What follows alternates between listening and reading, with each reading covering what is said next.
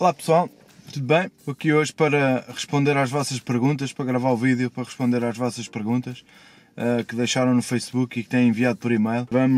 O vídeo vai ser rápido, mas eu vou tentar mostrar algumas imagens para não serem 20 minutos olharem para a minha cara. Vou tentar mostrar algumas imagens daquilo que eu vou falando para tornar o vídeo um pouco mais interessante. O Flávio pergunta: qual é o teu filme favorito? Como se ele não tivesse a oportunidade de fazer perguntas. Mas ok, eu vou-te responder aqui com o meu toque de mensagem, a ver se tu descobres qual é que é o meu filme favorito. Acho que é fácil. Outra vez? Se souberem qual é, ponham nos comentários. O Ricardo Adelaide pergunta: em termos de qualidade, Phantom 4 Pro ou Mavic Pro? Bom, Ricardo, aqui a resposta é muito simples. O Phantom 4 Pro é sem dúvida o drone com mais qualidade, até porque tem um sensor maior do que o Mavic. Tem também uma característica que muda tudo, que é o facto de ter um obturador mecânico até 2 mil de segundo, penso eu.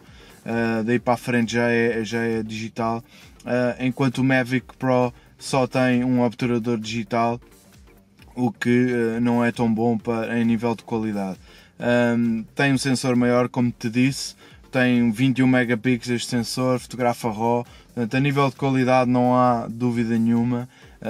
O Phantom 4 Pro é muito melhor. Agora, em termos de portabilidade, o Mavic, como é muito mais pequeno, cabe numa bolsa, consegues transportá-lo com muito mais facilidade. As hélices já estão presas e abrem conforme assim que o drone começa a andar, as hélices abrem. Portanto, é um drone muito mais fácil de pôr a voar, muito mais rápido, e tem também muito boa qualidade, filma 4K na mesma. Tem a qualidade, por exemplo, do que eu tenho, que é o Phantom 3 Pro profissional.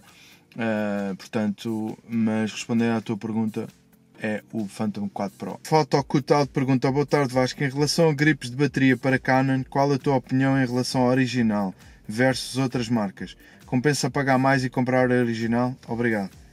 Bem, aqui eu posso dizer, eu tenho as duas versões. Na 7D tenho um punho original e na 5D tenho um punho de marca branca, e posso dizer que estou satisfeito com o de marca branca, embora o padrão do punho da pele não seja exatamente igual ao da câmara, mas faz aquilo que se pretende. Tem o botão, continua a funcionar, leva as duas baterias, tem um grip melhor. Portanto, eu penso que o investimento num de marca branca serve perfeitamente, não vais ter qualquer problema. Zé Miguel pergunta: qual foi o carro que mais prazer te deu fotografar? Zé Miguel, quando falas em prazer, eu penso mais no momento e na situação, não tanto pelo carro. Como te digo, eu sou apaixonado por fotografia, não por carros. E um dos momentos que eu me lembro em que senti que estava realmente satisfeito por fotografar carros foi aqui o ano passado, que fiz uma sessão fotográfica com o Porsche Macan no Douro, num local espetacular, uma paisagem fantástica. Tive a possibilidade de levar a família comigo e que estavam perto comigo na esplanada a descansar, e eu ali a brincar, digamos assim, a tirar as minhas fotos num local fantástico, com um carro fantástico, e foi um momento em que me apercebi que estava realmente satisfeito e com um prazer enorme em fazer aquilo que faço, que é fotografar carros. Qual a melhor lente para a primeira compra depois do kit de câmara? 50mm? Pergunta ao João Loureiro. Eu penso que sim, por acaso, a 50mm 1.8, para poderes começar a trabalhar com aberturas maiores, veres uma profundidade de campo mais curta. 1.8 é super barato, custa 100 euros. Qualidade não é muito boa, mas para o preço serve perfeitamente, e consegues logo fazer fotos completamente diferentes do que com a objetiva de kit, que normalmente são 3.5, 5.6, que não tem uma abertura muito grande. Portanto, acho que a 50, e depois eventualmente entras para uma objetiva, uma 70-300, para conseguir fotografar temas mais longe, poderá ser uma opção. A Nídia Caçador Alemão pergunta: olá, a sua opinião sobre o ecrã curvo que o Vasco usa para editar?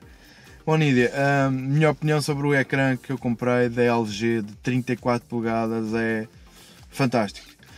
Estou muito satisfeito, foi das melhores compras que eu fiz nos últimos tempos.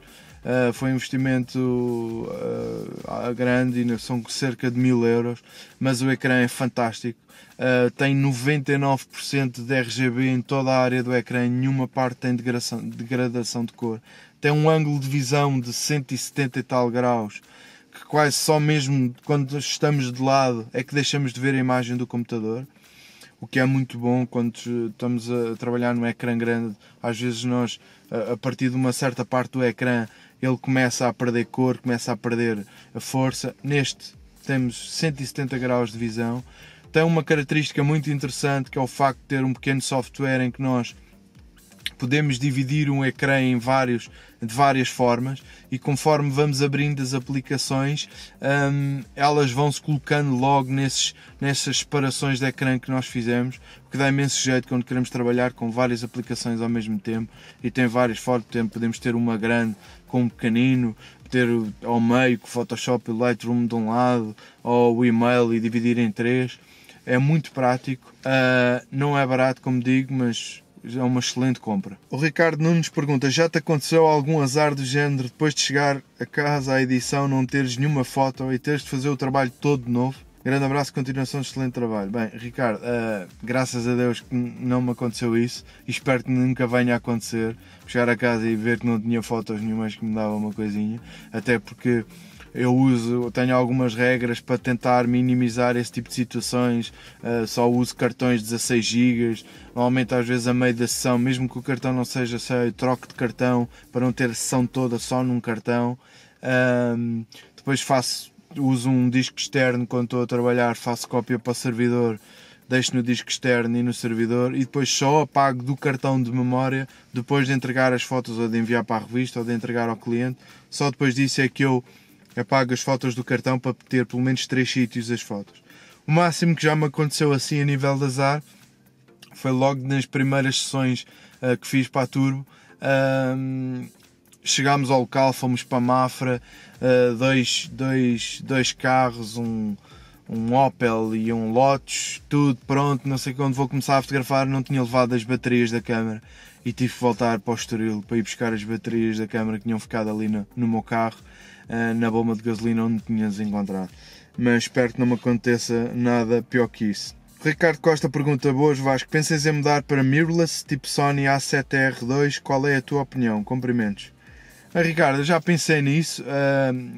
Cada vez mais as mirrorless estão a entrar no mercado com muita força, têm muita qualidade. Há muitos fotógrafos que fazem fotografia de automóveis como eu no estrangeiro, que usam muito, mas estão virados também cada vez mais para a pós-produção, ou seja, em que é tudo estático, a câmera está sempre parada, sempre em tripé. Eu ainda faço para a revista, embora também faça desse tipo de trabalhos, ainda faço para a revista muito aquele trabalho do run and gun, que é, às vezes está a chover, temos que fotografar na mesma, é uma câmera, uma lente. O facto do viewfinder para mim é muito importante, e aquele lag do mirrorless, de ter um viewfinder digital, ainda não me agrada muito. O estar a fotografar só a olhar para o ecrã da câmera não funciona comigo, portanto ainda estou um pouco receptivo a essa tecnologia, para além de que me iria obrigar a um investimento também substancial. Estamos a falar de mudar de lentes, porque não iria estar a pôr adaptadores para usar as lentes Canon, não faria sentido para mim. Usar lentes ICE seria o ideal, mas estamos a falar de um investimento perto com a gama toda de lentes que eu tenho, de entre os 10 a 15 mil euros, o que não é assim fácil para tomar essa decisão.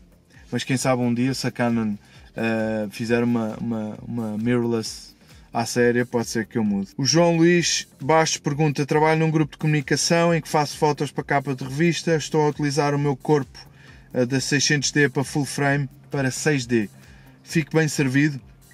As lentes que ele tem são a 1740 f4, a 70-200 f4 e a 50 1.4. A nível de lentes, tudo bem, satisfeito. Acho que é onde nós devemos investir mais, é nas lentes. Agora, a nível da 6D, eu não acho que a 6D não faz sentido, por uma simples razão. A 6D tem, e espero não me estar a enganar, cerca de 11 pontos de autofocos, em que só um é que é cruzado. O que é que quer dizer? É o único ponto em que foca se houver movimento. Portanto, se tivermos com a câmera na mão ou se o tema se estiver a mexer, o único ponto de foco é o do meio e é 1. Para te dar um termo de comparação, a 5D Mark III que eu tenho tem 61 pontos de autofocos, enquanto a outra tem 11 ou 9, entre que 43 são cruzados. Ou seja, tu queres apanhar um carro, um pássaro, um avião, qualquer coisa, e tens 43 pontos que podem detectar esse movimento, esse objeto e focar. Agora na 6D tu só tens um. É também o único ponto que foca em pouca luz, portanto quando estamos a fotografar com pouco e queremos focar à noite, luz que fusco, só os pontos cruzados é que conseguem focar, os outros não conseguem. Portanto tu vais ter que andar com a câmera à procura de um ponto de contraste e com o botão com o ponto de focagem do meio para focar. Portanto, isso para mim logo à partida mata a câmera e nem consigo perceber. A 7D, a 600D, todas elas têm mais e não percebo esta. Deve ter a ver alguma coisa com o sensor, não sei, não faço ideia. Ok, é a mais barata, sensor full frame, mas eu preferia comprar uma crop, uma 70, uma 80D, uma 7D, uma 7D Mark II do que comprar a 6D, por exemplo. Mesmo tendo esse tipo de lentes que tu tens. O André Leitão pergunta: mestre, quando publico os meus posters de casa de banho da oficina no Facebook, algumas cores vão à viola. Isto é malta. Já deixei de JPEGs, mas mesmo em PNG o malandro faz-me o mesmo. Será que me estou a esticar no range de cores do meu velhinho Photoshop? Forte abraço e boas fotos. André, isto não tem a ver com a gama de cores com que tu trabalhas. Por exemplo, tu podes trabalhar com o que eu aconselho a trabalharem no Photoshop e Lightroom com ProPhoto, usarem o Adobe RGB na câmera e depois converterem para ProPhoto, que é o que tem a maior gama de cores. Mas depois, quando passam as fotos para a internet, para ver no computador, o profile de cor, a gama de cor é o sRGB. Portanto, quando vais, por exemplo, no Lightroom e estás a fazer exportação de fecheiros, tens lá a configuração de arquivo, deves configurar, colocar em sRGB para que a gama de cores fique correta para a internet, que é o que os browsers leem, e é esse que vai ter as melhores cores. Ele depois, ao construir a tua foto em JPEG, ele vai buscar as cores que precisa e converte-as para sRGB. Outra coisa que é preciso ter em atenção para o Facebook é que o Facebook só aceita que a aresta maior tenha no máximo até 2048 pixels. Portanto, tenham atenção também quando, por exemplo, no Lightroom vão configuração de dimensão, a aresta longa porem 2048 pixels no máximo, porque senão, se ela tiver um bocadinho mais, o Facebook corta e corta à direita, reduz logo a foto para metade da resolução e tira muita qualidade. Portanto, sRGB e 2048 e vais ver que as fotos vão ficar boas. É assim que eu faço e eu não me queixo, embora o Facebook, como é óbvio, não é o melhor local para nós mostrarmos as fotos, mas é lá que nós vivemos. Portanto, Paulo Homem pergunta: conselhos para quem faz fotografia de ralis. Tem uma máquina de 1000 euros, Canon ou Nikon, e não tem grande prática de fotografia. Quais os pormenores a ter em conta para te saírem fotos com ação? Bem, Paulo, as duas hipóteses que tu tens para teres fotos de ação, das duas, uma, ou fotografas a uma velocidade rápida acima de 1.500, 1.600 para congelares a ação e apanhares o carro completamente parado com o fumo e a poeira congelada, ou então fotografas a uma velocidade mais lenta e fazes um panning e acompanhas o movimento do carro em multishot e multidisparos e ficas com o fundo desfocado e tens algum movimento. Agora, se tu puderes investir também numa teleobjetiva zoom, por exemplo numa Sigma que eu tenho a 150-600, custa perto de 1000 euros e é brutal, vais conseguir apanhar os carros muito mais próximo, aquilo que a maior parte das pessoas já não consegue, e vais ter a ação muito mais próxima, vais encher o sensor com o carro e fotografares a uma velocidade rápida, vais ver que vais conseguir ter fotos fantásticas sem grande problema. Bernardo Palma Figueira pergunta: Vasco, se me permites, mais uma pergunta. Dicas para fotografar festas indoor? Muito obrigado mais uma vez. Bem, primeira dica é beberes tanto como os convidados, que é para estares ao mesmo nível e aturares os malta que já está mais. Outra coisa é festas indoor, noite, escuro. Quanto menos luz nós temos, melhor tem que ser o nosso equipamento. É aí que, ok, não é o equipamento que faz o fotógrafo, mas em certas situações ajuda muito. Portanto, se tiveres uma boa câmera com uma capacidade de ISO boa, sem ruído, teres uma boa lente, uma 24-70 2.8, eu sei que é cara, mas é muito boa, e teres um bom flash. Trabalhares também com um jogo de luz, apontares o flash para o teto e fazeres um jogo de ângulos em que a luz bate no teto e depois vai incidir sobre as pessoas. Teres atenção que o ângulo de incidência é igual ao ângulo de reflexão, portanto tens que te pôr à distância certa relativamente ao teto, porque senão a luz vai para trás deles ou fica-lhes só na cabeça e ficam todos, como se vê às vezes aí algumas fotos, todos com as testas iluminadas e depois tudo escuro. Portanto tens de pôr alguma distância e teres um bom corpo, tentares usar bom material, teres uma lente luminosa, por exemplo uma 50-1.8 também pode dar, embora já não te permita fazer fotos de grupo, já tens que estar muito longe, mas um ISO um bocadinho mais alto, 400, 800, por aí, teres um bom flash bastante potente, com muitas pilhas, ou então podes usar uma bateria externa para teres o flash, para estares a tirar muitas fotos, teres um pequeno refletor. Se comprares um bom flash eles já trazem um pequeno refletor, então comprares um maior. Eu tenho um que é relativamente grande, mas que ajuda, porque a luz bate no refletor e fica muito mais suave e vai melhorar certamente as tuas fotos. Eduardo Peritos pergunta: tens um género preferido para fotografar? Paisagem, viaturas, pessoas, etc. Bom, Eduardo, como já deves ter reparado na minha página de Facebook, ele é 90% de carros. É a minha preferência, para além de ser a minha especialidade. É a área onde eu trabalho mais, embora eu fotografe muitas outras coisas, não faço muito publicidade disso. Fotografo casas e restaurantes e comida, fotografo muitas outras situações, mas embora não faça muita publicidade, agora com a reabertura do meu canal e dos vlogs vou começar a mostrar-vos mais trabalhos que eu faço para além dos carros. Os carros é a minha especialidade, foi a área que eu me decidi especializar e é aquela que eu neste momento prefiro para fotografar. Que opinião tens sobre a Sigma 150-600? Já falámos aqui nela, é uma excelente lente, já a usei também no vídeo da Lua. Preço-qualidade é brutal, vale os 1000 euros. Vocês vão conseguir ter fotos super definidas, com excelente qualidade. É estabilizada, tem dois modos de estabilização, tanto para panning como tendo a câmera parada. Excelente compra, podes avançar, não precisa ser a Sport, comprar outra normal que é mais plástico, não é tão metal, serve perfeitamente. Aqui o Manuel Filipe Ferreira fala de dúvidas em fotografia de espetáculo, deve ou não ser aumentado o ISO para tentar compensar a falta de flash. Claro que sim, como não podemos fotografar a velocidades muito lentas, deves usar o ISO, mas lá está, mais uma vez, quando temos pouca luz, precisamos de equipamento bom, portanto, se aumentas o ISO, se não tiveres uma boa câmera, vais começar a ter ruído, o que te vai estragar um pouco as fotos. Mas nós temos as três, abertura, velocidade e ISO, e depois temos o flash que entra também nas contas. Portanto, vamos trabalhar com esses quatro. Se o flash não tem potência e não podemos fotografar muito lento, usamos a abertura já está no máximo. Quem entra depois então é o ISO para ir buscar um bocadinho, mas aí lá está, temos que ter bom equipamento.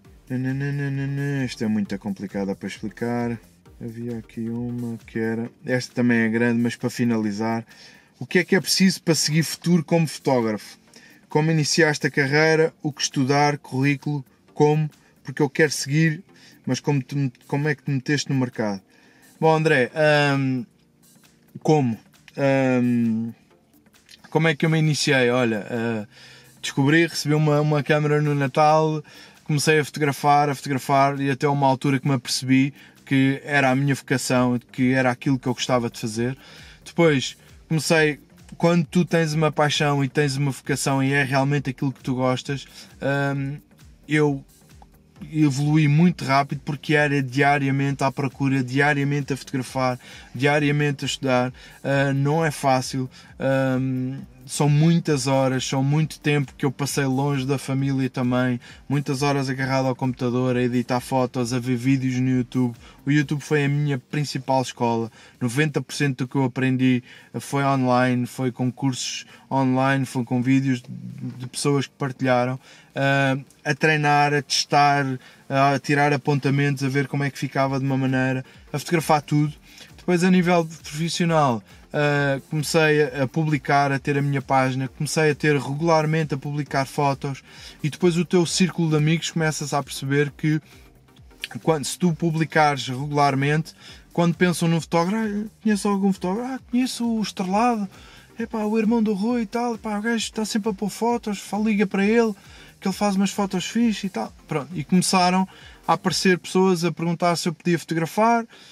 Eu comecei a fotografar, comecei a cobrar algum dinheiro e a coisa começou a crescer, comecei a gastar, pronto, o meu trabalho também poupava e juntava dinheiro para comprar equipamento, depois também ia recebendo uma lente, um flash no Natal, nos anos, e aos poucos comecei a construir o meu mercado na minha área de residência, digamos assim, e depois com os amigos, com uma publicação constante e passando a informação de marketing que tu fizeste este trabalho e que mostras o resultado final, e depois, como é óbvio, se o teu trabalho for bom, as pessoas vão à tua procura e começas aos poucos. Depois, entretanto, por exemplo, por causa da revista, também foi uma pessoa amiga que viu as minhas fotos no Facebook e pensou: olha lá, já alguma vez fotografaste carro? Olha, então manda aí umas fotos de carros, porque a gente quer aqui uma coisa nova e diferente.